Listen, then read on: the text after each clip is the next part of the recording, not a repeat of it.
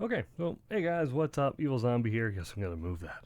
So I was looking through all my old videos recently, and I realized I never recorded a thing on this microphone, my most used microphone that I love. I never recorded a review of this on my channel. So here's a review for my channel. Of course, links are gonna be in the description below, all that stuff. My wife got me this one for Christmas one year, and I love it. This is the MXL 770. It's beautiful. It's a condenser microphone, and there's goods and bad things about it both. This is not an audio treated room, so you probably noticed that. But I do have like a big piece of acoustic foam I have in front of the computer, and it kind of blocks out that sound a little bit. And I do have like jackets on the walls over there, and I have posters and stuff, so it kind of helps take away a little bit of the reverb, which is pretty good. And I don't have a very loud voice, anyways. I don't have a very high end voice unless I'm trying for it. I could just talk really low and then I don't have to worry about the highs.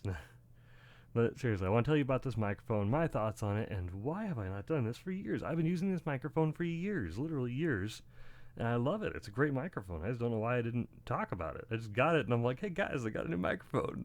I never did a review of it. Well, just the fact that I'm still using it after a couple of years is probably proof enough. Depending on the environment. Sometimes if my girls are being too loud, I'll put in my dynamic mic, which is somewhere around here.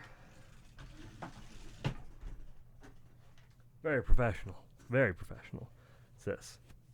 This is a $15 microphone, $15 to $10. Cheapest to the cheap. You won't see any branding on it, but I have done a review of this. And I remember, yes, I have done a review of this one. But it's been a good little microphone. It's been sturdy. But this is what I use if there's too much background noise. This is the microphone I love to use because of the tone. It sounds great. I love the tone of this microphone. It's music to my ears. I like it. This is the one I like the way it sounds. So this microphone has a cardioid pickup pattern. Basically, that means it picks up everything in the front of it. It did not come with any of the arm or anything like that. I had that from back when I got a an NW 800 or something, or the BM 800. You know, like the cheapest of the condenser mics you can find. It comes in like that pack. It was like a big pack that had this with it too, the arm, and it had what's it called, phantom power supply and all that. But then I have upgraded and upgraded and upgraded, and I have a pile of gear over there. So this is a cardioid pickup pattern. It actually does pretty good with sound no matter where I am from it. You can definitely get that proximity effect if you go close. If I'm really close to the microphone, maybe like 2 inches away from it, you can definitely tell a difference than if I'm over here.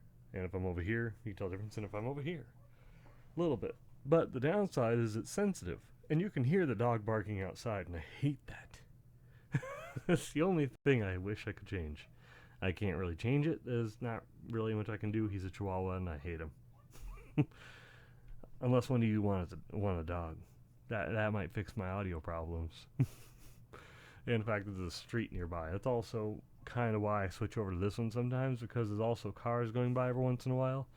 And if I'm recording games, this one's fine because you have the game audio in the background, and that kind of covers up the craziness of my house. This is not a perfect audio setting at all. So a lot of time, if I'm recording a podcast, I have no choice but to record with the dynamic. But this is when I like the sound up better.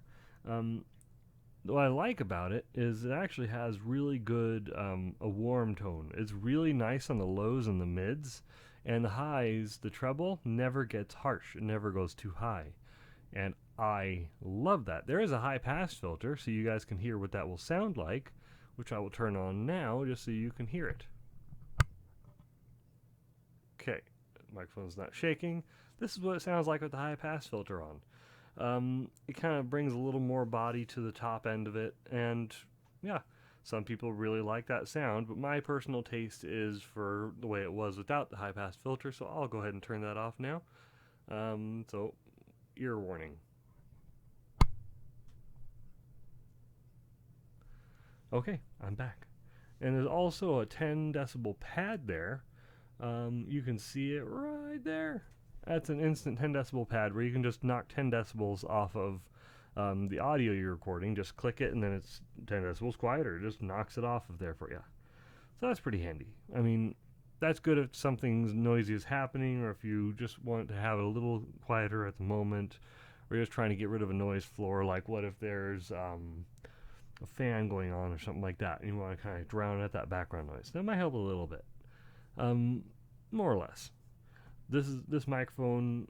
Who would I suggest it for? What would it be used for? I do not suggest it for podcasts. My goodness. I mean, I love it. It's a great microphone, but this is not for if you need absolute silence around you. No.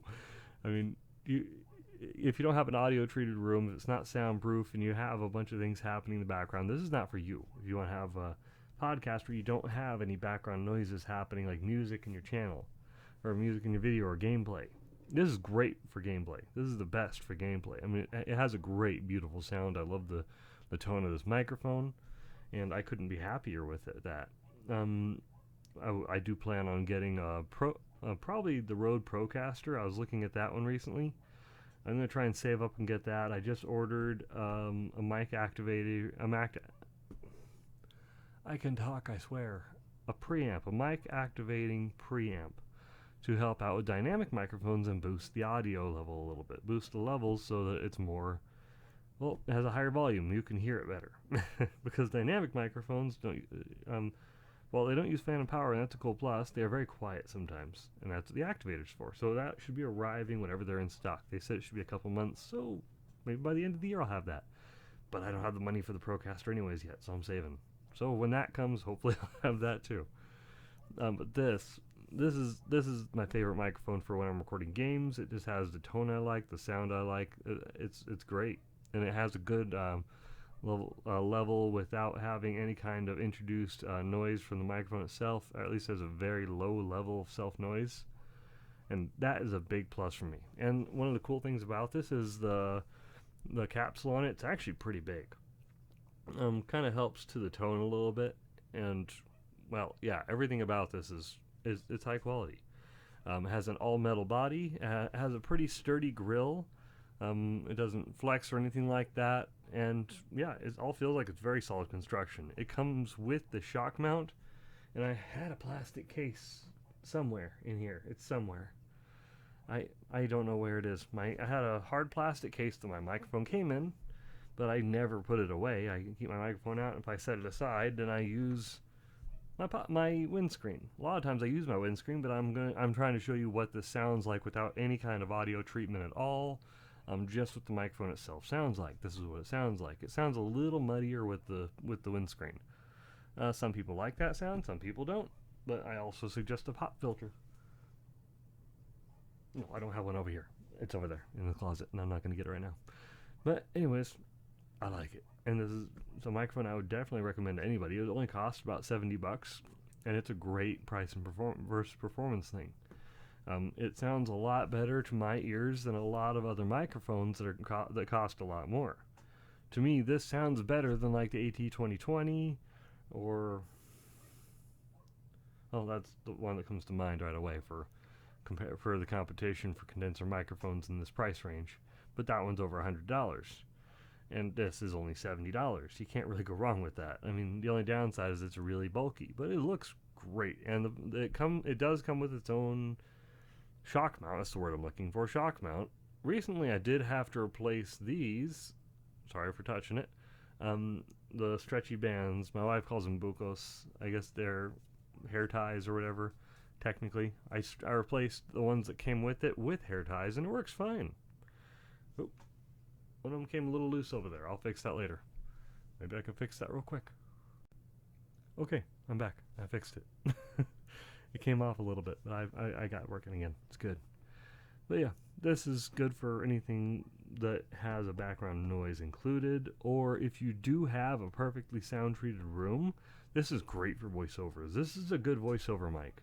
If you actually have a studio room that has good soundproofing, it's properly treated, you're not going to get any kind of reverb or anything like that. You're recording for a show, or you're recording for a cartoon or anything like that, a different voice acting gig.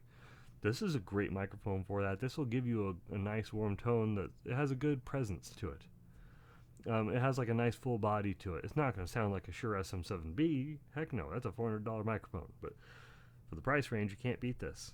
As long as you have the right room for it, you can't go wrong. It's really nice. So, my overall thoughts on it, it's great. You have to have phantom power. Remember, it's a condenser microphone. But that's the only real quirk, but all condenser microphones require phantom power. Well, even if the USB microphones and their condenser microphones, the USB provides the power. And those don't normally sound as good as the XLR equivalent. I like XLR just because I can expand my setup. I started with the USB microphone a long time ago, the CAD U1, the crappiest, shittiest microphone in the world. It's so bad. The CAD U1 is not bad because of the quality of the microphone itself, but the shielding and all the electronics. The cable shielding is non-existent. I mean, it picks up radio frequencies from the air around you. When a truck goes by, it might end up in your recording. That is bad. That's a CAD U1, not this microphone. This one's wonderful. But the tone on that thing and the sound that it could produce, if you had a good ideal situation for your recording environment, was actually very good. So it was a real mixed bag. It made it unusable because most of the time you're not going to have a situation where you don't have someone in a car with the car radio playing, or a walkie-talkie, or a cell phone. Yeah, it wasn't the best situation. That one was just terrible. And this is, let's see. Then I got the BM800, I think it was, right after. And I have my other one. Let me show you. Okay, was it BM700, 800, whatever the hell it is, somewhere in here. I don't know. I'll have to look for it. But this is one I was thinking of. It's in the box I was thinking of. This one's a USB condenser mic. So I have tried them. I have used them. I've done a review on this one before too. If you look deep enough in the review section or that playlist, you'll find it. But really, compared to this is all high end and mid. There's like no presence in the lows on these cheap ones. That one is beautiful. But you can also see just the size comparison. These are the same distance from the camera, and you can just tell this is a chunky boy. Yeah. I'm sure this has decent metal quality construction, but it does feel cheap. This one's a beast. So, if you're gonna kill someone by knocking them over the head with it or throwing it straight at their face, cool, it can handle it. I wouldn't do that because it's a nice microphone. Oh, and the people at MXL actually get back to you pretty quick, because like the same day I emailed them about asking about the bands, if they sell those the stretchy bands, and that same day they emailed me back saying, oh yeah, we have some of those in stock, how many do you need? I was like, that was fast. I never hear back from microphone companies normally. Like, I email them. A lot of times, some of the times I hear back, sometimes I don't, but that was a really fast response. So that says some good stuff about their customer service. I was also really debating on I know MXL has, was it like the BD1 or something? No, MXL has its own dynamic broadcasting microphones. It's $150. It's around there. I'm looking into that one as a possibility, but I'm still kind of leaning towards the Rode Procaster for the sound and reliability of it. But I really like MXL because the customer service is actually pretty good, and I've had a good experience with their microphone, so that also goes a long way. I haven't had any problems. I've had this thing for a couple years now. I like it. It's my daily driver, basically. I use it all the time. My wife uses it to sing karaoke. And if I'm talking early in the morning and my voice isn't warmed up yet, then I have a low voice, then this is actually pretty good. I don't know if I can reach that low right now because I'm awake and it's in the evening. Nope, not really. I can't get as low as I can normally. So you can't hear the sample, sorry. I'm sure you can hear my kids. If you can hear my kids, like just talking, then you know how sensitive this thing is. I have the door closed. I have jackets hanging all over that door. I have like 20 jackets hanging on a series of coat hangers on that door, cloth, like sweaters and jackets and stuff. And if you can hear them, you know that noise proofing isn't going to help much on this unless you have a proper room for it. If you're playing games, you're fine. Anyways, I'm rambling on, and I tend to do that. But my general review is this thing is freaking fantastic. Go check it out. I'll have the link in the description below.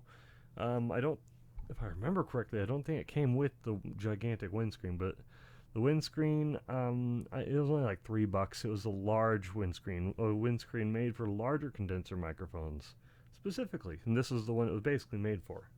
And it's been a great little windscreen. It's been good. Sometimes I like to have a fan on me while I'm playing games, and it helps protect it a bit from the air, so it doesn't really ruin the audio that much.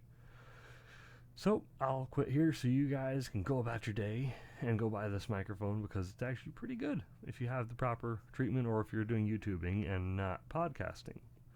For podcasts, a lot of the time I will switch to this one because it's a dynamic, and dynamics are just better for podcasting. There's nothing you can say that can convince me otherwise. It's because of how good it sounds by the end of it, so you don't have to remove all the background crap. Anyways, thanks for listening, guys. Thanks for watching. I appreciate ya. Go check out my podcasts, Evilzombie's Lair, and the Kaijulicious podcast. There's also Surviving Depression with Evilzombie, my attempt at helping people. Also go check out my other YouTube channel and the main channel that you're already watching, and my site, evilzombie.net. There's all my self-plugs. See you guys later. Bye.